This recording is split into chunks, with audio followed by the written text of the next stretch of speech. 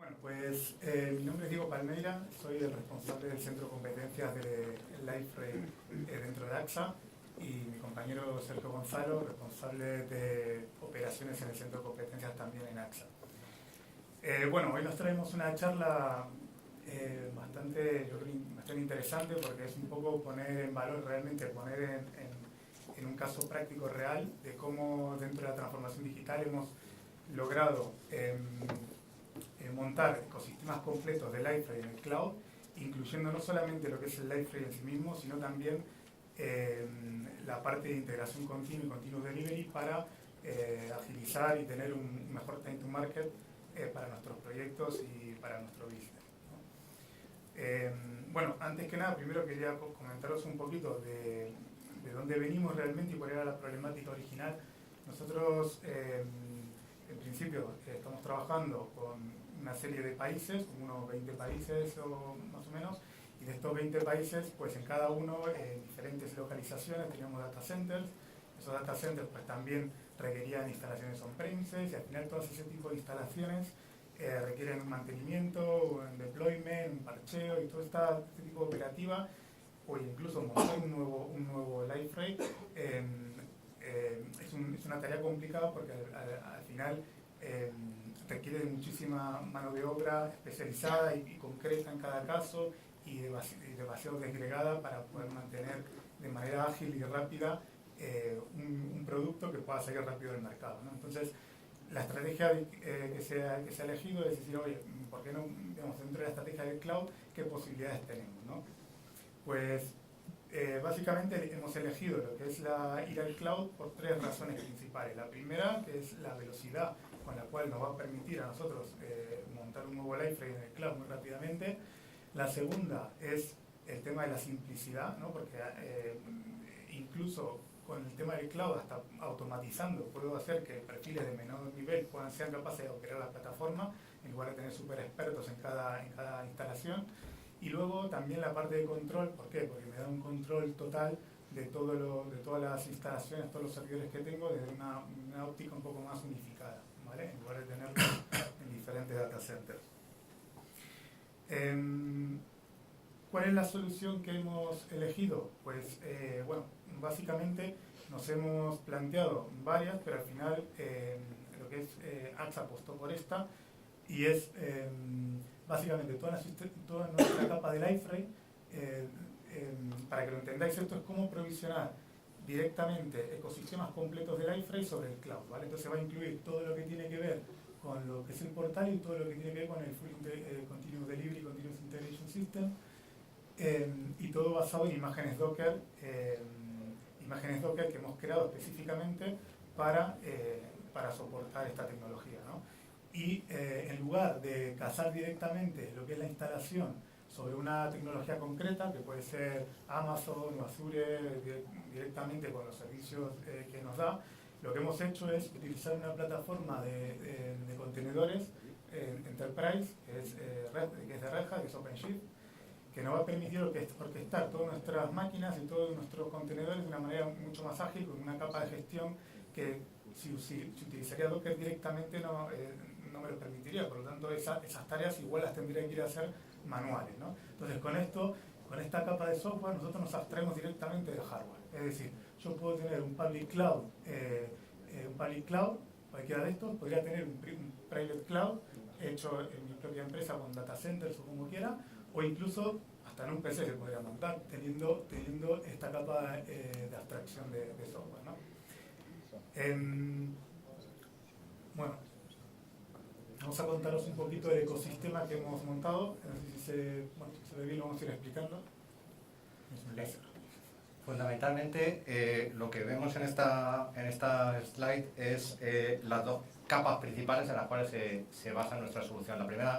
La primera capa, digamos, que tiene que ver con todo un proceso de provisión, toda una cadena de provisión, es decir, cómo estas imágenes son llevadas y podemos construir entornos, apoyándonos en un conjunto de máquinas de contenedores, de imágenes Liferay y también de Jenkins, que han sido construidas. Básicamente, rellenando una serie de templates, somos capaces de provisionar nuevos entornos de manera totalmente automática. estos templates, para que os hagáis un poco a la idea, son formularios web que hay que rellenar con toda la parametrización de ese entorno. Entonces esto nos introducía un cierto delay sobre ya el propio automatismo, que es la parte de la provisión. Entonces se desarrolló lo que es un SDK, que es una herramienta muy versátil y potente, que desarrolló nuestro compañero Daniel, que fundamentalmente lo que permite es automatizar la creación de procesos de manera muy ágil, de tal modo que utilizando este SDK es posible provisionar un entorno en muy pocos minutos. Muy pocos es inferior a 20 minutos.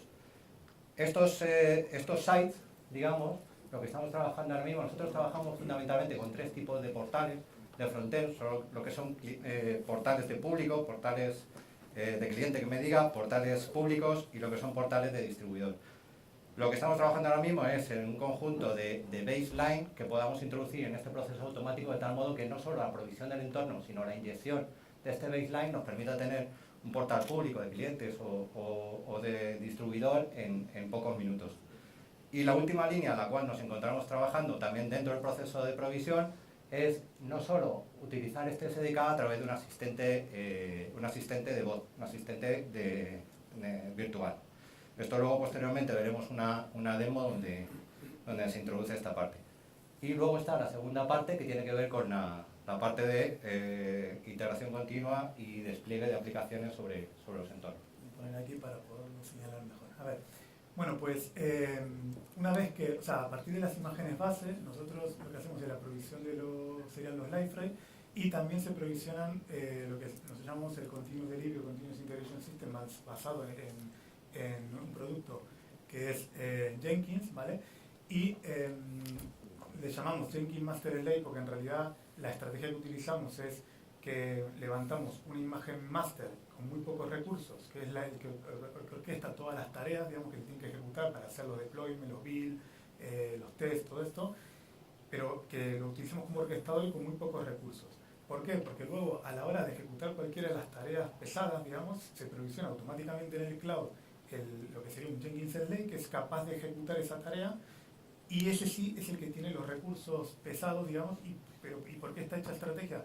Esta estrategia va básicamente por 2 motivos. El primero porque me permite crecer de manera elástica, y puedo tener muchos deployments a la vez y puedo lanzar muchos slaves, ¿vale?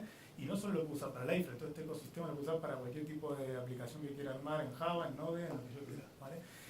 Y el segundo motivo es porque como pago por uso, me levanto solo el servidor cuando lo necesito y lo mato en cuanto termina la tarea, ¿no? Entonces, ¿cómo orquestamos esas tareas? Bueno, pues hemos creado un generador que es capaz de generar unos pipelines específicos para tratar con los entornos que están en el OpenShift.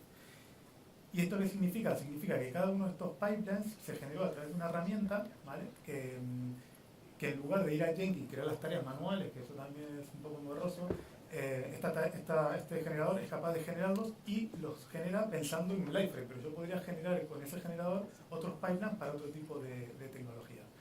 Básicamente estos pipelines tienen una serie de pasos y están atados a todo un ecosistema, no es solamente tengo el deployment, no, esto me obliga a que todos los developers trabajen de la misma manera, estandarizando los procesos, es decir, tengo un pipeline que tira contra la rama de desarrollo, luego tengo otro pipeline que es capaz de trabajar con las ramas de release de los Git, que estoy familiarizado con control de versiones, y al final estos pipelines permiten hacer los builds, pasar pruebas estáticas del código, por ejemplo un sonar para ver la calidad del código y automáticamente decirte si pasa o no pasa el siguiente paso, es decir, mira, este código no pasa los estándares mínimos, pero lo puedo dejar pasar al siguiente step. Otro paso es que lo deploya, por ejemplo, en el entorno de integración y finalmente ejecuta una serie de tests que llamamos dinámicos que se hacen contra el servidor en ejecución, en donde pasamos lo que serán las pruebas de regresión con Selenium y también no solamente a nivel componente, cada desarrollador puede generar sus propios tests, sino que también gente de business podría definir test end-to-end de una funcionalidad completa y ver que toda su funcionalidad sigue funcionando con un cambio que acaba de entrar en el pipeline, ¿no? Entonces, este pipeline está más orientado a lo que sería el desarrollador y lo maneja el desarrollador, y luego hay otro pipeline que es cómo llevo ese código a producción, ¿vale? A través de un entorno de preproducción y de UAT donde se valida. Pues el secreto aquí es intentar que todo sea automático lo máximo posible, ¿vale? Entonces, a partir de este segundo pipeline, que es solamente manejado por un rol específico, que es el Deployer Manager, ¿vale? Que, bueno, puede ser la misma persona, ¿no? Pero en organizaciones grandes generalmente es otra persona el que tiene esta responsabilidad, pues finalmente es la que ejecuta este pipeline y lo que hace es básicamente construir las versiones que necesita. Por ejemplo, tengo un library con 10 plugins. Bueno, ese library con esos 10 plugins se incorporan en este pipeline y a partir de ahí estos son capaces de versionar tanto el código fuente como todos los artefactos que se generan y se publican en el Artifactory para poder tener una trazabilidad de todo el código. Y luego también son capaces de taguear lo que sería la imagen en sí para desplegarla en preproducción. Una vez que llega a esta preproducción, se pasa una serie de test automáticos, obviamente también volvieron a pasar los test estáticos, los dinámicos, todo, y si todo está en verde y todo está perfecto, pues ahí alguien le tiene que dar el botón manual, porque ahí ya se podría disparar automáticamente, pero nosotros preferimos que alguien le dé el botón manualmente para pasar esa imagen a producción. Y en el momento que le da ese botón, automáticamente la misma imagen que fue construida, probada y testeada y validada por negocio en preproducción pasa a producción directamente. Estos puntitos que se ven aquí, estas flechas, son cada vez que se hacen estos deployments, ¿no? Bueno, integración, pre y pro. Y aquí no se ve muy bien, pero bueno, luego podéis ver la presentación. Esta es la idea del Continuous Delivery Integration, ¿vale? Entonces esto me da una manera completa de trabajar y cada país, cada país con su equipo de desarrollo puede tranquilamente empezar a trabajar con esto y tener una manera de trabajar con todos sus developers de la misma manera, ¿vale?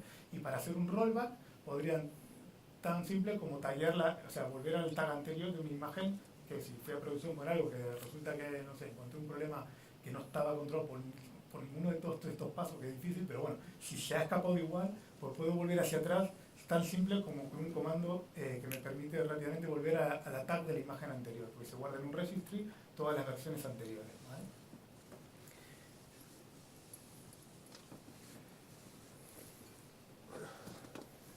Bueno, fundamentalmente, como antes explicó Sergio en su slide, nosotros desde el año ya 2016 veníamos trabajando en lo que era un stack de las imágenes del Library que nos permitiera de algún modo crear esta herencia de contenedores Docker para poder crear lo que son estas imágenes que luego son las que nos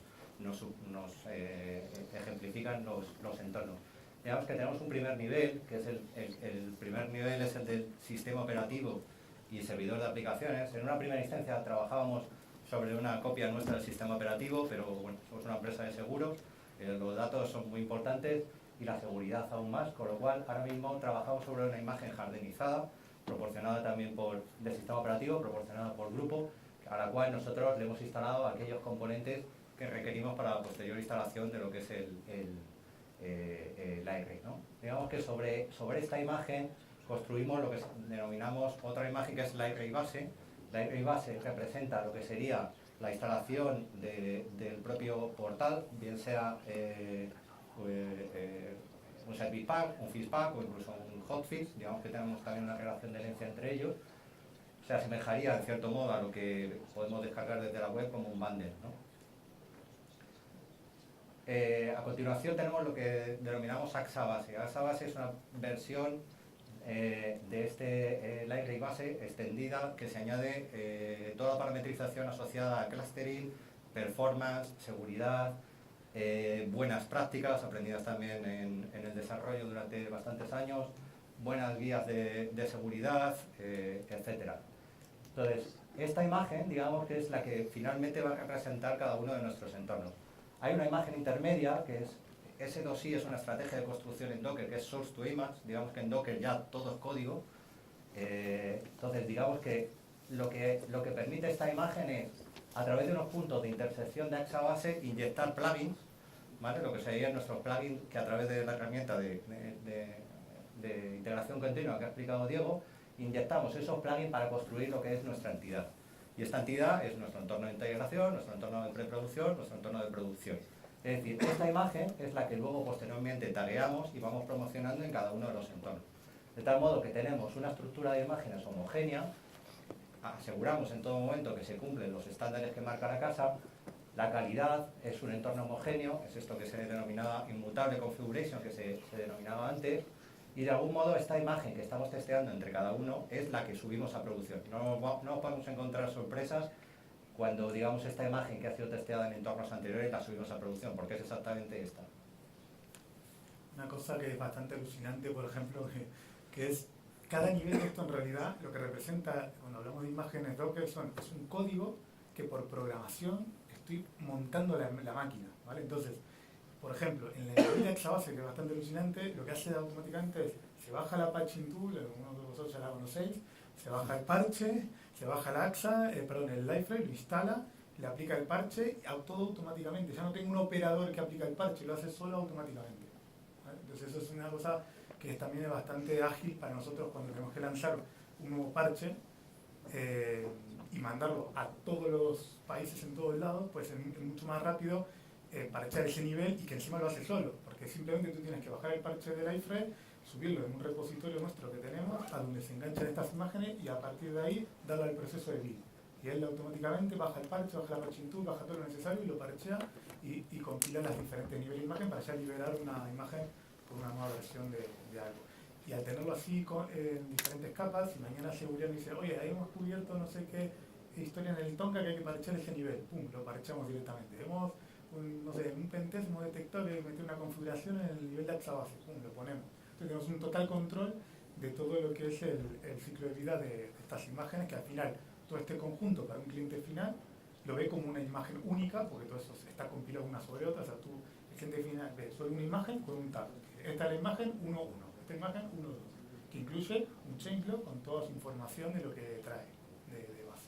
Efectivamente, mañana sale un nuevo service pack, sale un nuevo fish pack, lo único que tenemos que generar es una nueva imagen de este nivel y simplemente decir a Axabase que tire de ese nuevo service pack. Por lo cual las relaciones de herencia y de dependencia son muy sencillas. Claro, evidentemente lo que es toda esta infraestructura se apoya, digamos, sobre un conjunto de servicios adicionales. En nuestro caso tenemos lo que son 3 entornos apoyados en proyectos de OpenShift, más otro para la parte de integración continua, y luego tenemos, digamos, un conjunto de servicios aledaños que necesitamos para poder construir y hacer funcionar estas imágenes. Fundamentalmente, ahora ya toda la infraestructura es código, toda la construcción, como hemos hablado, se especifica en código, la infraestructura as a code, con lo cual en GitHub necesitamos esa gestión, ese control de código. Todos esos artefactos que son necesarios para poder construir las imágenes, bien sean plugins o bien sean otros que se necesiten dentro de la propia construcción de la imagen, están en nuestro caso en un Artifactory. Y finalmente tenemos un servicio de Sonar, en el cual dentro de los pipelines necesitamos definir, en nuestro caso cada entidad define su quality profile, su quality gate, para tener el control de la calidad del código. Claro, evidentemente la cuestión es que esto es una nueva tecnología, ¿no? Introduce también un nuevo modo de trabajo. Es decir, hasta ahora, en el modelo clásico que teníamos estructuras como silos, digamos, teníamos por un lado los desarrolladores, por otro lado los operadores, luego teníamos equipos de QA, equipos de seguridad. Digamos que hay la agilidad que podemos ver es a este nivel, ¿no? Porque no hay iteraciones entre ellos. Además, las iteraciones entre los equipos normalmente están basadas en herramientas, en Jira, en Cornerstone, en Remedy, etcétera, etcétera, con lo cual es un entorno muy poco ágil, ¿no? Muy poco ágil. Sin embargo, claro, ya entrando en el modelo de DevOps, lo que, digamos, nuestra experiencia después de estar trabajando 2 años un poco transformándonos internamente de cómo mejorar. Nosotros veníamos del mundo clásico, de trabajar 15 años haciéndolo de esta manera.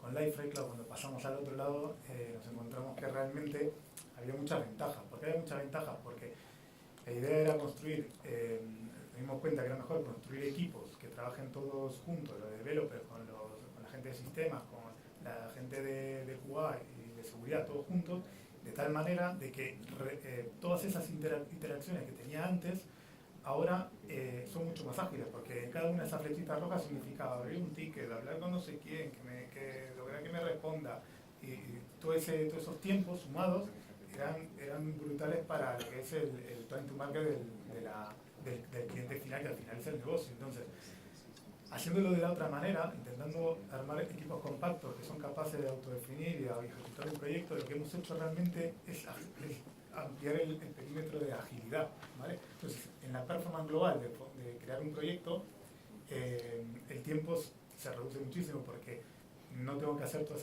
esas interacciones. Ahora bien, esto tampoco es la panacea, realmente hay otros equipos fuera, por ejemplo, networking, database o lo que sea, que están fuera, que a veces sí o sí hay que caer en esa conexión, ¿vale? Una cosa, la última y importante también, como dijimos, como toda la plataforma es código, ahora toma mucho más relevancia a los developers, ¿vale? Porque antiguamente el de sistema solo hacía cosas de sistema, que no se preocupaba por programar, y ahora hay que intentar que la gente de sistema se involucre mucho más en la parte del código, en la parte de cómo provisionar todo esto, en la parte de entender cómo funciona Liferay, y del otro lado los developers tienen más poder de utilizar todo lo que ellos saben de cómo taguear, cómo programar, todo eso en este tipo de nuevo de enfoque. Entonces ahora sí que se ve una interrelación mejor. Bueno, como tenemos poco tiempo, hemos preparado una demo, es un vídeo pequeño de 5 minutos, pero es bastante ilustrativo. Os hago una introducción mientras Diego lo pone. Lo que vamos a ver en el vídeo es fundamentalmente cómo a través de este SDK de provisión y el asistente virtual de voz para operador vamos a ver cómo creamos un entorno, cómo primeramente vamos a crear un Jenkins, cómo a continuación vamos a crear un entorno de preproducción, cómo se va a iniciar ese entorno de preproducción, cómo se despliegan también algún plugin a través de lo que es la herramienta, los pipelines de integración continua, y finalmente cómo a través de otras funcionalidades de este SDK realizamos un backup de todo el entorno.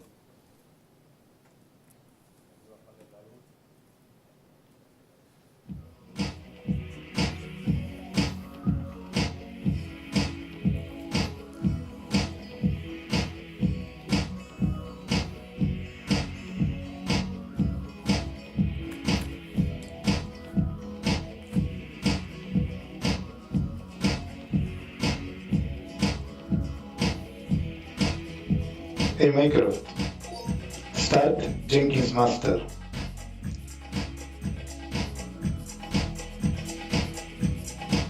Okay, I'm starting the Jenkins Master. My application Jenkins Master was started correctly.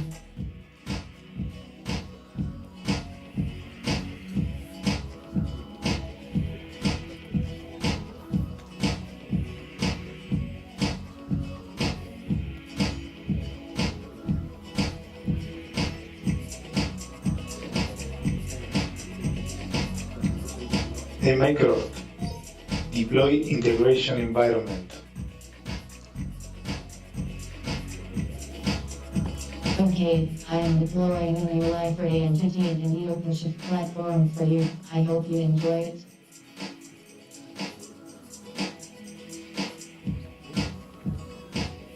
My application Liferay entity was deployed correctly. Please wait to build process of Docker images finish.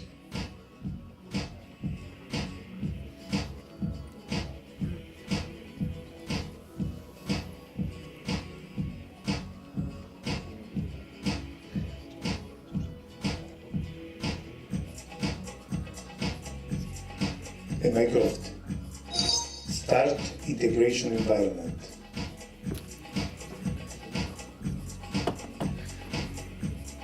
Okay, I'm starting the ANSYS1LR entity DXP. The application ANSYS1LR entity DXP was started correctly.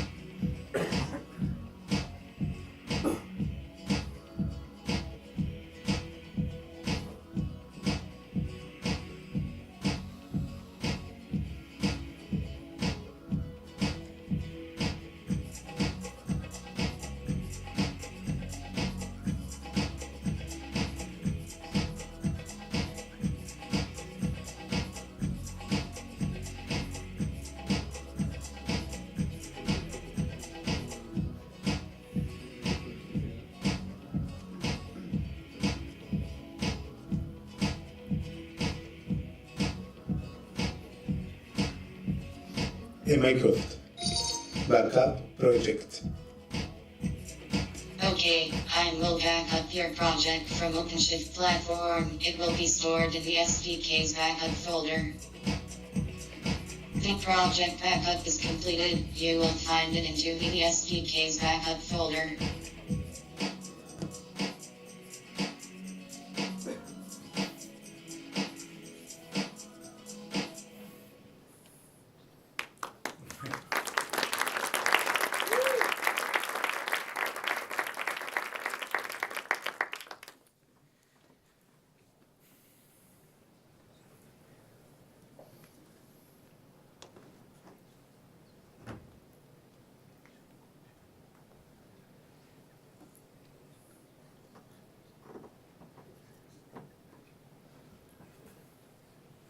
Bueno, nos han avisado que nos quedan muy poquitos minutos, entonces vamos a ir ya deprisa. Simplemente, como habéis visto, desplegar entornos, crearlos, etcétera, hablamos de cuestión de muy poco tiempo. Bueno, aquí hay muchos que os conozco, sois integradores. Digamos que una comparativa entre lo que nos llevaba a provisionar estos entornos, la mayoría de casos sin garantizar la homogeneidad entre los distintos entornos, con los riesgos que esto conllevaba, siempre nos íbamos en torno a unos 3-4 meses de esfuerzo. Si comparamos ahora mismo nuestras métricas actuales para provisionar un entorno y para, digamos, garantizar lo que es la calidad en todo el proceso, hablamos de un esfuerzo mínimo. La automatización que hemos llegado es un nivel muy alto, y lo que es los tiempos del time to market, que al final es lo que necesita negocio, ¿no? Desde que tiene la idea hasta que lo tiene, son prácticamente ridículos en comparación. Vale, además hay otras características que este tipo de plataforma nos va a dar que antes no teníamos. Por ejemplo, el autoscaling que ya habéis nombrado. Nosotros nos pasaba, por ejemplo, lanzar una nueva campaña de marketing, necesitas rápidamente reaccionar con 2-3 nodos más, pues con esto, con reglas, podrías tener automáticamente esa provisión. Tener el mantenimiento centralizado, porque ya dijimos de las configuraciones, los parching y todo esto. También un autoservicio en el sentido de que tengo la plataforma que se autogestiona en salud con un 24/7, que cuando él detecta que un nivel, por ejemplo, si yo digo que quiero 3 nodos arriba y él detecta que uno se cae por lo que sea, que puede ser por mal código, de lo que sea, pues la plataforma misma es capaz de automonitorizarse y levantar un nodo al vuelo y enchufarlo en el clúster, ¿vale? Continuous Delivery Integration, con lo que hemos visto de Jenkins, y con la estrategia de rolling, que es una estrategia que también está soportada, que cuando tú destruyes y creas un nuevo entorno, cuando tú haces un deployment, imaginaos que tenéis 3 nodos, tenéis que ir bajando cada nodo y metiendo un nodo nuevo, ¿no? Eso se llama recreate. Tengo que matar uno, me quedo con 2, meto 1, 3 de nuevo, otra vez 2, hasta que mi código nuevo se ha propagado por los 3 nodos. ¿Qué pasa con eso? Que hay un momento donde tengo 2 nodos, entonces estoy perdiendo calidad de servicio, tengo menos servidores atendiendo a mi público, ¿no? Pues hay una estrategia en OpenShift que permite hacer el rolling, que lo que hace es levanto un nodo extra cuando está provisionado y digo un OK, entonces ahí recién mato un nodo y lo enchufo en el clúster, levanto otro y así. Entonces siempre tengo los 3 que yo quería atender a mi público, por ejemplo. Esto básicamente, digo, vale, ¿qué hago con la licencia? ¿Me compro una más para tener ahí por la duda? No, lo que hacemos es, con el extra, usamos el licenciamiento elástico, ¿vale? Para que solo consuma en el momento que se necesita. Vale, los que son fijos serían la licencia fija sería para los que son fijos. Y luego, bueno, el autolicenciamiento con el LSS también, que está integrado para que automáticamente cada nodo se va registrando en el LSS, muestran las métricas y toda la información de nuestros entornos. Vale. A mí hace poco me mandaban una frase tan motivacionales que decía algo así como: si quieres llegar rápido, ve solo. Si quieres llegar lejos, ve en equipo. O sea, Diego y yo estamos un poco aquí dando la cara, pero la verdad es que detrás de todo este trabajo pues hay un gran equipo, ¿no? Que es el centro de competencias del aire que tenemos en AXA, y bueno, pues también gracias a ellos hemos podido llegar tan lejos. Entonces también este reconocimiento es de ellos.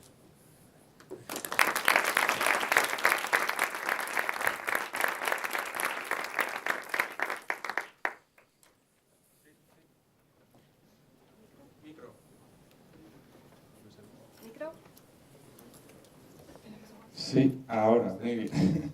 Bueno, un caso súper interesante, me parece la bomba. Mycroft lo tenéis muy bien entrenado, muy obediente. Bueno, pues cerrar aquí el track de negocio.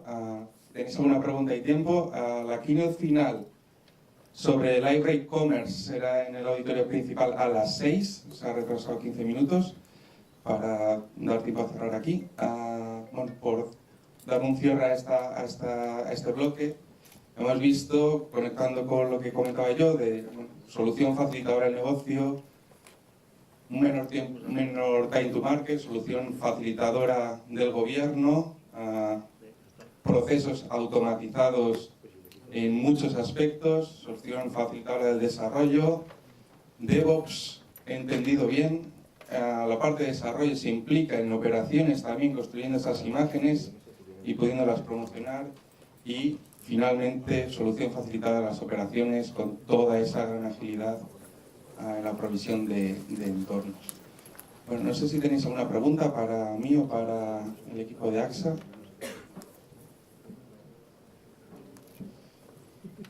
Bien, pues nada, cerramos aquí el track de negocio. Mañana más, os dejamos con la keynote final en el auditorio principal ahora a las 6 de Library Commerce.